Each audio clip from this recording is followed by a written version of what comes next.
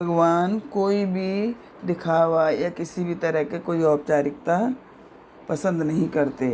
वो तो केवल भाव के भूखे होते हैं। आइए सुनते हैं, अच्छी बातों से ही जीवन सुंदर बनता है। सभी को राधे राधे। एक बार की बात है, कथावाचक व्यास डोंगरे जी का ज़माना था। बनारस में थे वो उस समय। वहाँ का समाज उनको बहुत सम्मान देता था। वो चलते थे तो एक काफिला उनके साथ साथ चलता था। एक दिन वे दुर्गा मंदिर से दर्शन करके निकले तो एक कोने में बैठे ब्राह्मण पर दृष्टि पड़ी जो दुर्गा स्तुति पढ़ रहे थे। वे उस ब्राह्मण के पास पहुँचे जो कि पहनावे से ही निर्धन लग रहा था। डोंगरे जी उसको 21 रुपये दिए और बताया कि वे अशुद्ध पाठ कर रहा है। ब्राह्मण ने उनको धन्यवाद किया और सावधानी से पाठ करने की कोशिश करने में लग गए। रात में डोंगरे जी को बहुत तेज बुखार आ गया। बनारस के टॉप के डॉक्टर वहाँ पहुँचे।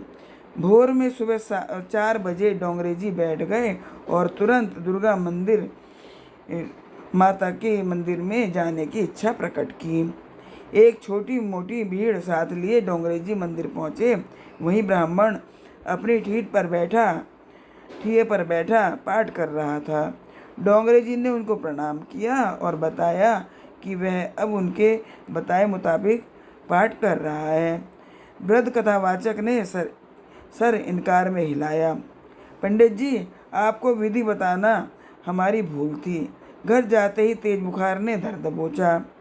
फिर भगवती दुर्गा ने सपने में दर्शन दिए। वे क्रोधित हुई, बोली, तुम अपने काम से काम रखा करो। मंदिर पर हमारे वो भक्त कितने प्रेम से पाठ करते थे। तुम उसके दिमाग में शुद्ध पाठ का झंझट डाल आए। अब उसका भाव लुप्त हो गया है। वो रुक रुक कर सावधानी पूर्वक पाठ कर रहा है। जा कहे कि जैसे पढ़ता था वैसे ही पढ़ता रहे। इतना कहते कहते डोंगरे जी की आंखों में आंसू आ गए और रूंधे गले से बोले, महाराज, मेरी इतनी उम्र बीत गई, पाठ करते करते माँ की कभी झलक ना देखी।